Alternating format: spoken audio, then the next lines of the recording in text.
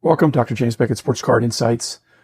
Short weekend episode. Just got the go-ahead that the Huggins and Scott auction that was supposed to be closing, I think, last couple nights ago, got put back. So it's actually just starting the bidding. And that's always interesting. I sometimes have the strategy of trying to get my bids in the very first day in order to stake a position. Sometimes if you're one of the early ones, I don't think you're scaring anybody off, but at least you're in and then somebody's responding to you.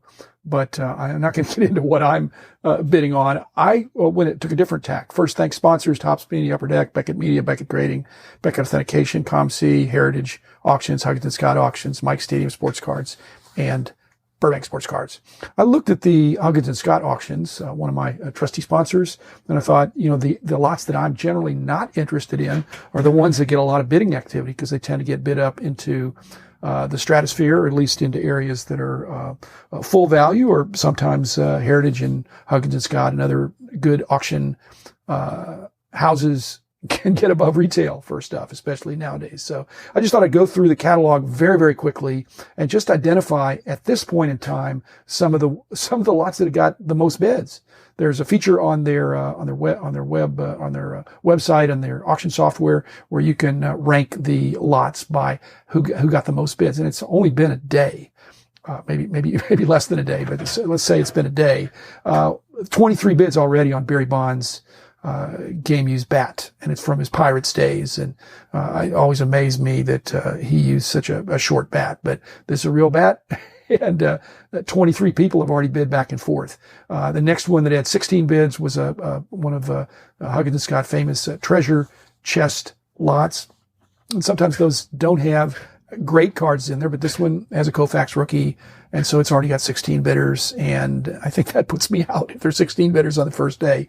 But it is an interesting lot. It's multi-sport as well as non-sport, but heavily baseball, as most of them are. The next one, 14 bids, is a Tito 6 Ty Cobb.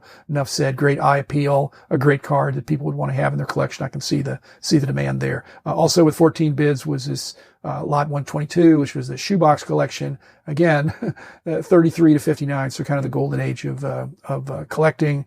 And when they say it's loaded with Hall of Famers and stars, that's what they mean. Again, 14 people or 14 bidders. It could be less than 14 people, but 14 back and forths. Next with 12 bids was a Mantle true rookie, the 51 Bowman Mantle, and they said it was. How did they say that? Let's say they said it was. Let me see how they delicately worded that.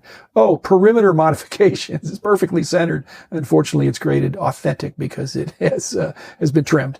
But still a beautiful card. Next, again with 12 bids, is the 6970, the kind of the inaugural main Topps basketball set with the Kareem or Lou Alcindor rookie card, and plus it's got the display box, which again would be of interest to a lot of collectors. Tough set, tough box, and would be a lot of fun to add that. So 12 bids already. Next, a little more mundane, is a 66 Topps baseball, card number 50 of Mickey Mantle. It's PSA 8, so not exceptionally high condition, but some of those first series 66 Topps cards are a little bit tougher to get. So already 11 bidders. Again, Mantle, certainly a demand player, and PSA 8 is an extremely collectible grade. Lot 207, more of an oddball thing that I hadn't seen, is the 1916 Boston Red Sox World Champions team cabinet photo that shows young lefty pitcher Babe Ruth. So that looks very cool. It's not in great condition, but it's a beautiful and unique item. 11 bids already. Next within 11 bids is a Cal Ripken game used bat that's PSA graded as a 10. So that's, again, if you're a Ripken guy and you want an outstanding bat, again, most of the auction houses bounce back and forth between cards and memorabilia, and the memorabilia is that'd be choice.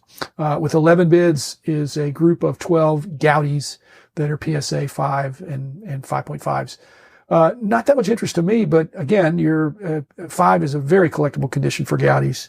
And even though there's only one, it might have been Earl Combs was the only, so not even a major Hall of Famer, but still commons, good cards, but not ones that I need or I'm going to bid on, especially with 11 bidders already in the first day.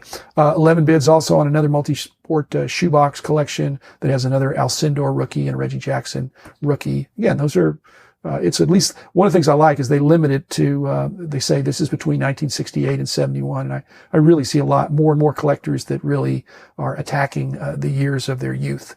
Lot 55 with 10 bids, just a few more. Well, the ones with 10 bids are a Matthews rookie from 52 Tops, the last card in the set. Great card. Just miscut a little bit. A 61 top set with 5 graded cards. Again, a tough set to put together, and it's sharp. And then a Palmer jersey that looks just very crisp, but very, very authenticated by my old friend Phil Wood. And then a 60 and 62 Tops hoard of 3,300 cards with, chock full of, again, Hall of Famers and stars. And then finally a Bobby Hoare rookie of 66, 67 Tops hockey. So that's enough dig in the catalog. You can start at the bottom and look what's got 0 bids. This time, just to be different, I looked at what's gotten the most bids. So thanks, and enjoy Huggins and Scott. Enjoy Heritage and other fine auction houses in this great hobby where things are really selling.